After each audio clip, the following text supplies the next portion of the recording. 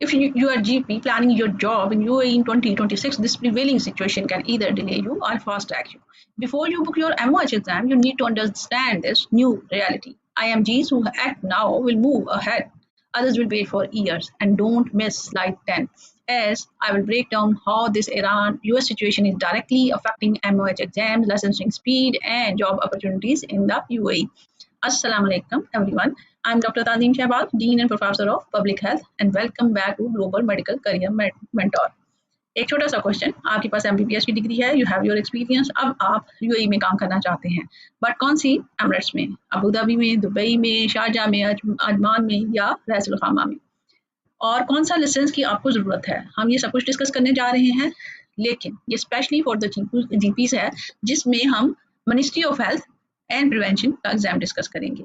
Problem Pakistani doctor के साथ ये है, कोई इस चीज़ को जानते तो हैं कि MOH करना है, बट ये नहीं जानते कि स्पेशली स्टडी कैसे करनी है, अप्लाई कैसे करना है, और इस तरह के महीनों वेस्ट होते हैं। Today let's fix that. ये आपकी कंप्लीट MOH की एग्जाम गाइड है, step by step. Let's begin.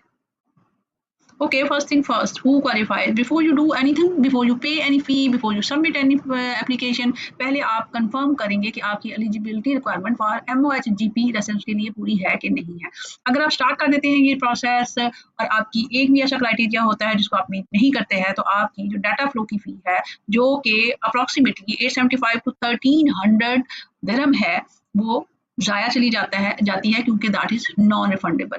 And here is in this slide comes the answer of the question, जो कि बहुत सारे डॉक्टर्स मुझसे पूछते हैं कि क्या मेरी डिग्री UAE में काम करने के लिए रिकग्नाइज है। तो इसका जवाब है रिक्वायरमेंट नंबर 1। वो क्या है कि आपकी MBBS की डिग्री और इक्विवेलेंट कोई भी मेडिकल डिग्री जो है ऐसी यूनिवर्सिटी से होनी चाहिए जो कि MOH से रिकग्नाइज्ड हो, और उसे आप चेक कर सकते हैं। ये साइट है mohap.government.ae। इससे जाके इस साइट पे जाके अपनी डिग्री चेक कर सकते हैं कि आपकी डिग्री अप्रूवल लिस्ट में है कि नहीं बिफोर डूइंग एनीथिंग। और दूसरी रिक्वायरमेंट पे आ जाते हैं कि आपको कंप्लीट अपना जो फुल मेडिकल इंटर्नशिप, जिसे आप हाउस जॉब भी कहते हैं, वो 1 साल की चाहिए। ये इसकी कंप्लीशन सर्टिफिकेट जो है आपको हॉस्पिटल से लेना पड़ेगा। तीसरी रिक्वायरमेंट इसकी ये है कि minimum of 2 year of clinical practice आपको चाहिए आफ्टर इंटर्नशिप। इंटर्नशिप इसमें 1 साल की इंक्लूड नहीं है, ये 2 साल का अलहदा से एक्सपीरियंस है, और आप इसका एम्प्लॉयर से सर्टिफिकेट चाहिए। कोशिश करें कि ये 2 से ज़्यादा एम्प्लॉयर के पास आपने ना किया हो। रिक्वायरमेंट नंबर 4 है कि आपकी वैलिड PMDC रजिस्ट्रेशन या आपकी रेगुलेटरी बॉडी का रजिस्ट्रेशन सर्टिफिकेट होना चाहिए जो एक्सपायर्ड ना हो। अगर एक्सपायर्ड है तो इसे रिन्यू कराएं अप्लाई करने से पहले। अब आ जाए रिक्वायरमेंट नंबर 5, जो कि है गुड स्टैंडिंग सर्टिफिकेट, और ये कोई कॉलेज, ये कोई हॉस्पिटल इशू नहीं करेगा। This is issue by the regulatory authority, that is PMDC इन पाकिस्तान, और ये विद इन लास्ट 6 मंथ्स का होना चाहिए, के अंदर होना चाहिए। ये कंफर्म करता है कि आपके खिलाफ कोई डिसिप्लिनरी एक्शन नहीं हुआ। रिक्वायरमेंट नंबर 6 है कि सारे जो डॉक्यूमेंट हैं वो MOFA अटेस्टेड होने चाहिए। फुल चेन MOFA की हम पहले डिस्कस कर चुके हैं, AGC, then MOFA Pakistan, then UAE embassy Islamabad, and then MOFA UAE। If you miss a detail MOFA attestation video तो इसका लिंक जो आपको डिस्क्रिप्शन में मिल जाएगा, उसे जाके आप देख सकते हैं। हर बॉक्स को पहले टिक करें और देन अगले स्टेप पे जाएं। जो सिंगल मोस्ट इंपॉर्टेंट डिसीजन आप इस सारे इंटायर प्रोसेस में कर रहे हैं वो है choosing the right licensing authority.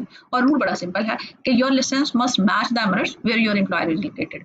MOH को डिस्कस करें तो that is ministry of health and prevention, और ये कवर करता है नॉर्दर्न एमिरेट्स को, जैसे शारजाह, रास अल खैमा, अजमान, फुजैरा एंड उम्मुल क्वैन। अगर आपकी जॉब ऑफर या आपके टारगेट हॉस्पिटल इन एरियाज में है, इन प्लेसेस पे हैं, तो जो MOH है that is your licence of choice. DHA exam जो है वो दुबई को सिर्फ कवर करता है। अगर आप दुबई में करना चाहते हैं तो फिर आप MOH नहीं करेंगे, आप DHA करेंगे। इसी तरह जो DOH है वो कवर करता है अबू धाबी और अल ऐन को।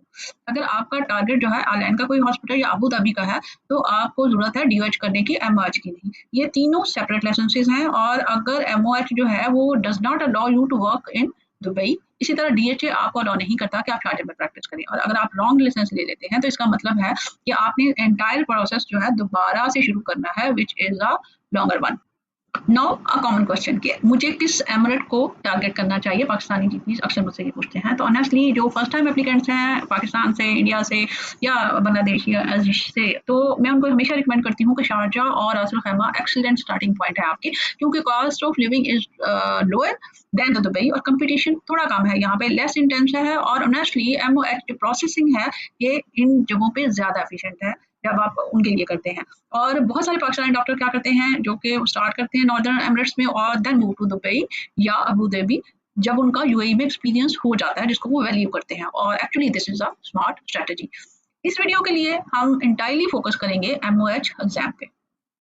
Let's discuss the application process of MOH exam. जो एप्लीकेशन प्रोसेस है इसका, इसके 5 स्टेप होते हैं and they must be done in this exact order. इसे रिवर्स नहीं करना है।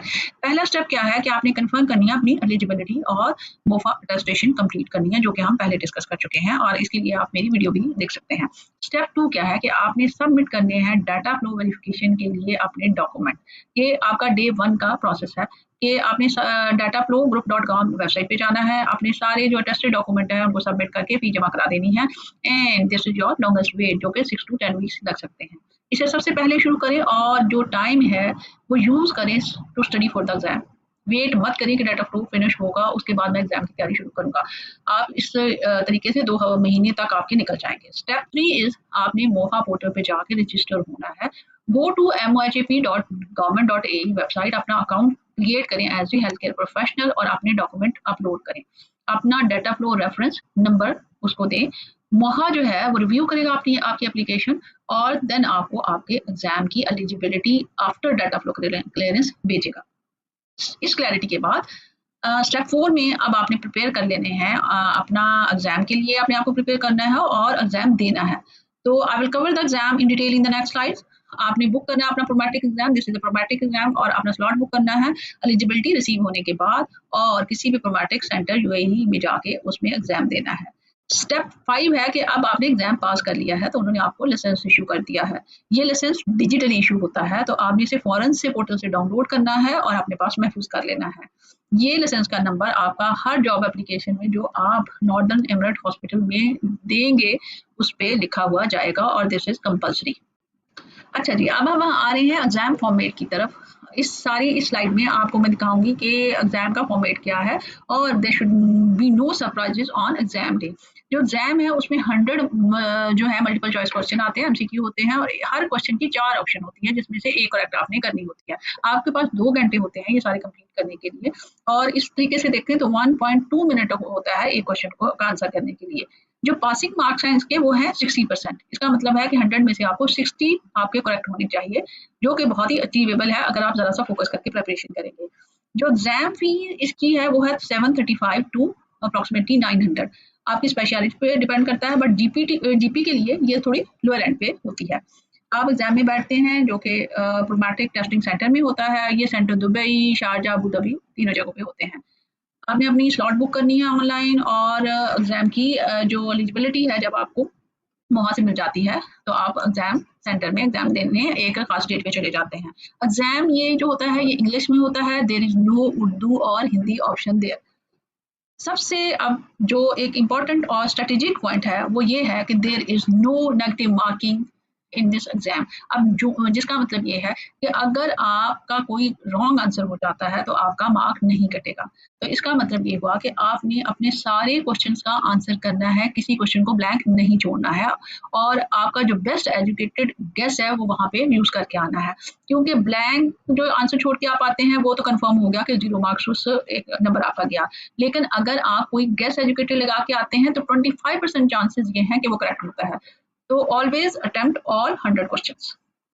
Now the most important slide for your exam preparation, आपका exact syllabus क्या है। तो I'm going to tell you what each section covers and how many marks it is worth, ताकि आप उसी हिसाब से अपना टाइम स्लॉट जो है उसको दे सकें। सबसे पहले अगर आप देखें तो इंटरनल मेडिसिन है, ये लार्जेस्ट सेक्शन है और इसके 25% मार्क्स होते हैं, यानी 100 में से 25 मार्क्स इसके हैं। इस जो ये सेक्शन कवर करता है that is cardiology, endocrinology, nephrology, gastroenterology, respiratory medicine and haematology. अपना ज्यादा टाइम इस पे फोकस करें। 25% जिसके टाइम है तो इसका मतलब 100 में से 25% टाइम आपने इस सेक्शन को देना है। आगे आता है सर्जरी जो कि 15% मार्क्स हैं उसके। तो जनरल सर्जरी पे फोकस करें, प्रिंसिपल पे करें, उसके ट्रॉमा, बेसिक ऑर्थोपेडिक और सर्जिकल इमरजेंसी पे फोकस करें। You do not need surgeon level knowledge, या आपका जीपी लेवल जो है इज सफिशिएंट। आप जीपी का एग्जाम दे रहे हैं, सर्जरी का, सर्जन का नहीं। Then the third is obstetric and gynaecology, इसके भी 15 नंबर हैं। ये भी बहुत सिंपल आपने इसको रखना है। Antenatal care, labour complication, gynaecological disorder और सबसे इंपॉर्टेंट फैमिली प्लानिंग इसमें आपने जरूर पढ़ना है। देन कम्स द पीडियाट्रिक, इसके भी 15% मार्क्स हैं। इसमें आपने ग्रोथ एंड डेवलपमेंट माइलस्टोन पढ़ने हैं, पीडियाट्रिक इमरजेंसीज करनी है, कॉमन इन्फेक्शन और वैक्सीनेशन स्केड्यूल्स पढ़ने हैं। ये कॉमन चीजें पढ़नी है क्योंकि आप जीपी का एग्जाम देने जा रहे हैं। Emergency medicine is very very important, 10% उसके मार्क्स हैं। आपने टॉक्सिकोलॉजी प्रोटोकॉल्स पढ़ने हैं, ट्रॉमा मैनेजमेंट करनी है, शॉक और बर्न की ट्रीटमेंट देखनी है, कैसे उनको मैनेज किया जा सकता है जीपी लेवल की। Then comes the community medicine and public health, इसके भी 10% मार्क्स हैं। आपने epidemiology, biostatistic, preventive medicine, health system को कवर करना है, बट ऑन सुपरफिशियल लेवल, बहुत डीप नहीं, पूरा बायोस्टैट नहीं पढ़ना। कॉमन चीजें एपिडेमियोलॉजी के थोड़ी कॉमन चीजें, इस तरह की चीजें आपने जीपी लेवल की पढ़नी है। और डर्माटोलॉजी आ जाता है आखिर में, जो कि 5% है। इसमें भी कॉमन स्किन कंडीशन और टॉपिकल जो डर्माटोलॉजी है सिर्फ वो पढ़नी है। अनदर इज साइकेट्री, जो कि 5% है। इसमें भी कॉमन साइकेट्रिक डिसऑर्डर और बेसिक ड्रग मैनेजमेंट आपने पढ़नी है, बहुत डीपली नहीं जाना है। ये सारा मिल मिला के 100% हो जाता है आपका। द की इज कि आपने प्रोपोर्शन टू मार्क्स स्टडी करनी है। ये नहीं कि आपने जैसे साइकेट्री 5% है तो उसे आप 15% टाइम दे रहे हैं, और इंटरनल मेडिसिन 25% है तो उसे आप 5% टाइम दे रहे हैं, ऐसा आपने नहीं करना है। अब आ जाएँ स्टडी मटेरियल की तरफ कि कौन सी बेस्ट बुक्स हैं और कौन से बेस्ट रिसोर्सेज हैं फॉर एमओएच जीपी एग्जाम। तो ये मोस्ट कॉमन क्वेश्चन है। आपने जो बुक स्टडी करनी है, प्रायोरिटी लिस्ट दूंगी, और ऐसी चीज़ें जो कि सिंपल और फोकस आपने रहना है। सबसे पहले है हैरिसन, सबको पता है, लेकिन आपने इसका डिटेल वर्जन नहीं पढ़ना है। ये रैपर रिव्यू या पॉकेट वाला पढ़ना है, जो आपके मेजर इंटरनल मेडिसिन के जो high yield for the exam questions हैं वो आपने करने हैं। दूसरा है कुमार एंड क्लार्क, जो कि आप बहुत सारे लोगों से ऑलरेडी फेमिलियर है, ये भी परफेक्ट लेवल है फॉर जीपी कॉन्सेप्ट। तीसरी है फर्स्ट एड स्टेप 2, आपने ये क्विक रिवीजन के लिए जो बुक है वो रखनी है, और लास्ट 2 वीक में आपने इसको पढ़ना है। देन प्रोमैटिक जो एमसीक्यूज हैं, आपने एटलीस्ट 500 ये क्वेश्चन एमसीक्यू जरूर करने हैं, और आपने प्रैक्टिस टेस्ट करने हैं, और हर प्रैक्टिस टेस्ट में आपके जो है इंक्रीज होने चाहिए मार्क्स। अगर आपके प्रैक्टिस टेस्ट 3 में मुसलसल 70% मार्क्स आ रहे हैं तो फौरन से पहले एग्जाम की डेट ले लें, इससे ज़्यादा तैयारी ना करें। इसी तरह जो मोहा जो सैम्पल क्वेश्चन है, ऑफिशियल उनके फॉर्मेट जो है और स्टाइल है उसको देखें और चेक करें उनकी वेबसाइट पे जाके भी। स्मार्ट स्ट्रेटेजी क्या है? स्टडी टाइम आपका होना चाहिए 4 to 8 week, which is more than enough. 4 to 8 week, I repeat, is more than enough. Focus करें high yield MCQs, high yield जो कंसेप्ट है उस पे, जो एग्जाम ओरिएंटेड क्वेश्चन है उन पे करें। हर रोज आपने एमसीक्यूज करने हैं, और डोंट ओवर प्रिपेयर। अपना स्कोर ट्रैक करें। अगर 3 उसमें मुसलसल आपके 70% आ रहे हैं 3 to 4 टेस्ट में, तो देन आपकी तैयारी कंप्लीट है। आप एग्जाम दें, आपको 60% चाहिए, और आपका एग्जाम इंशाल्लाह पास हो जाएगा। Okay, the complete document checklist. Screenshot this slide. This is your complete document checklist for the MOHDP application. Left column में देखें तो MBBS degree certificate है, internship completion certificate, PMDC registration certificate, good standing certificate and experience certificate है, all should be attested by MOFA authorities. और इसके अलावा अगर right पे जाएं तो पासपोर्ट आपके सप्लीमेंट्री जो है सपोर्टिंग डॉक्यूमेंट्स हैं, that is passport, it should be validity should be at least for 6 months, और 2 पासपोर्ट साइज फोटोग्राफ होनी चाहिए वाइट बैकग्राउंड के साथ, और आपकी जो है वो इक्वलेंसी सर्टिफिकेट, अगर आपने अप्लाई नहीं किया अभी इस स्टेज तक तो वीडियो देख के उसको समझ लें और अप्लाई हो जाना चाहिए। आपका डाटा फ्लो रेफरेंस नंबर जो कि आप dataflowgroup.com से लेते हैं। अगर आपका कोई भी डॉक्यूमेंट उर्दू में है तो उसको इंग्लिश ट्रांसलेशन उसकी करा लें बाय मिनिस्ट्री ऑफ जस्टिस किसी अप्रूव ट्रांसलेटर से। द मोस्ट इम्पॉर्टेंट जो वार्निंग है वो ये है कि एमओएच रिजेक्ट कर देता है जो डॉक्यूमेंट उर्दू में होते हैं इमीडिएटली। आपका हर डॉक्यूमेंट सबमिट करवाने से पहले या इंग्लिश में होना चाहिए या अरेबिक में, और अपनी जो भी ट्रांसलेशन है आपने एक सिंगल डॉक्यूमेंट भी सबमिट कराने से पहले ट्रांसलेशन करवा लेनी है। Prepare every item on this list before you start the MOHA portal registration. Finding a missing document halfway through the application जो है adds weeks of delay. Let me now give you the complete cost and the timeline picture so you can plan accurately. ये जो मैं आपको देने जा रही हूँ ये अप्रॉक्सीमेट नंबर है, ये इसकी कॉस्ट जो मैं बताने जा रही हूँ ये कम ज़्यादा हो सकते हैं। तो कॉस्ट के लिए पाकिस्तान की अटेस्टेशन चेंज जो है वो कॉस्ट करती है अप्रॉक्सीमेटली 6,000 से 10,000 टोटल फॉर एचईसी और मोफा पाकिस्तान के लिए। जो यूएई एम्बेसी इस्लामाबाद है वो चार्ज करती है 3,000 से 5,000 पीकेआर पर डॉक्यूमेंट। जो मोफा यूएई है जो कि उनकी कंट्री में जाके होता है वो 150 दिरहम पर डॉक्यूमेंट चार्ज करती है। इसी तरह data flow verification around about 875 to 1300 depending upon कि how many document they need to verify. इसी तरह जो एग्जाम की इटसेल्फ एमओएच की फी है जीपी के लिए दैट इज बिटवीन 735 टू 900 है, लेकिन जीपी के लिए ये लोअर साइड पे है। फिर आ जाती है लाइसेंस की रजिस्ट्रेशन जो कि 300 टू 500 दिरहम है। अगर टोटल बजट आप देखें दिरहम में तो ये हो जाता है 1900 अप्रॉक्सीमेटली टू 2700 इस कंप्लीट प्रोसेस के लिए। पाकिस्तानी रुपये में अगर हम करंट रेट पे देखें तो ये अप्रॉक्सीमेटली 2 से 3 लाख बन जाता है, जो कि एक साउंड सिग्निफिकेंट। लेकिन अगर हम इसको कंपेयर करें हमारे फर्स्ट मंथ की सैलरी जो कि शारजाह में अप्रॉक्सीमेट मिल जाती है, लोग दे रहे हैं, दैट इज 10,000 टू 12,000 मिनिमम होते हैं। तो आप अपने ये सारा जो है वो आधे महीने की सैलरी से कवर कर लेते हैं। टाइम लाइन के लिए देखें तो मोफा अटेस्टेशन पाकिस्तान में 2 से 4 हफ्ते लेता है, डाटा फ्लो जो है 6 से 10 हफ्ते जो कि लॉन्गेस्ट स्टेज है, और मोहा पोर्टल रिव्यू है वो 1 to 2 वीक लेता है। जो एग्जाम प्रेपरेशन है this actually runs in parallel with data flow जो कि 4 to 8 वीक्स होती है। एग्जाम रिजल्ट और लाइसेंस इशुएंस जो होती है ये 2 से 3 हफ्ते में हो जाती है। इस तरह अगर देखें तो ये 3 से 5 महीने लग जाते हैं from Pakistan to having your MOH licence. अगर आप आज शुरू करते हैं और सिस्टमैटिकली शुरू करते हैं तो you can be licensed and job hunting with in 5 months इंशाल्लाह। In the next few minutes, I will show you how the Iran-US situation is affecting MOH exam, licensing speed and jobs in UAE. सबसे पहले reality कि gulf reason under pressure है, market unstable है, लेकिन याद रखें health care does not slow down, it becomes more critical. Government अपने health system को स्ट्रेंथन करती है, हॉस्पिटल को प्रिपेयर किया जाता है इंक्रीज डिमांड के लिए, और लाइसेंसिंग बॉडीज को ये हदायत दी जाती है कि आप जहाँ भी गैप हैं उनको फिल करें। Know what does this mean for you? इसका मतलब ये है कि एमओएच डिमांड इज राइजिंग, ज़्यादा डॉक्टर अप्लाई कर रहे हैं, बिल्कुल ठीक, but demand is also increasing, और वो ज़्यादा डिमांड किसके लिए इंक्रीज कर रही है? For licensed GPs.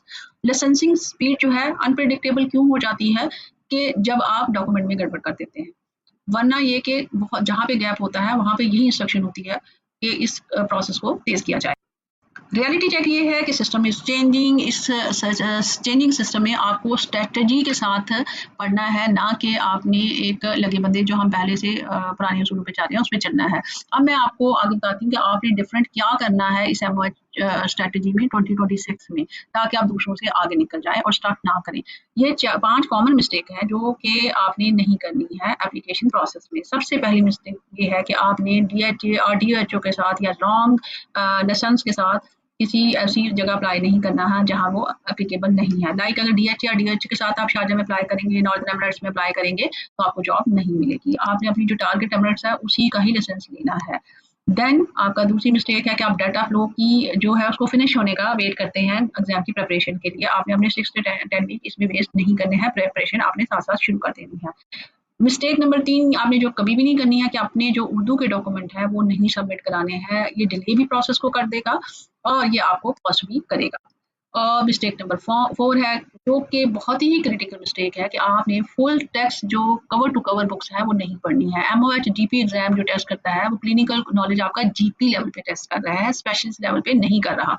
इसलिए आपने टेक्स्ट बुक को डेप्थ पे नहीं पढ़ना है, बल्कि उसके छोटे एडिशन पढ़ने हैं, रिव्यू एडिशन पढ़ने हैं, एमसीक्यू आपने उसकी तैयारी करनी है जो बैंक से प्रैक्टिस बैंक से, और इसी तरह आपने एग्जाम की तैयारी जो है इसी स्ट्रेटेजी से करनी है। मिस्टेक नंबर 5 जो कि बहुत सारे डॉक्टर करते हैं, लीविंग ब्लैंक क्वेश्चन जो कि नहीं करने हैं। आपने हर सूरत अपना बेस्ट एजुकेशन गैस लगाना है जो कि 25% तक उम्मीद होती है कि दुरुस्त चांस होते हैं कि वो दुरुस्त होता है, और ये स्ट्रेटेजी अपनाने से आप आराम से एग्जाम पास कर लेंगे।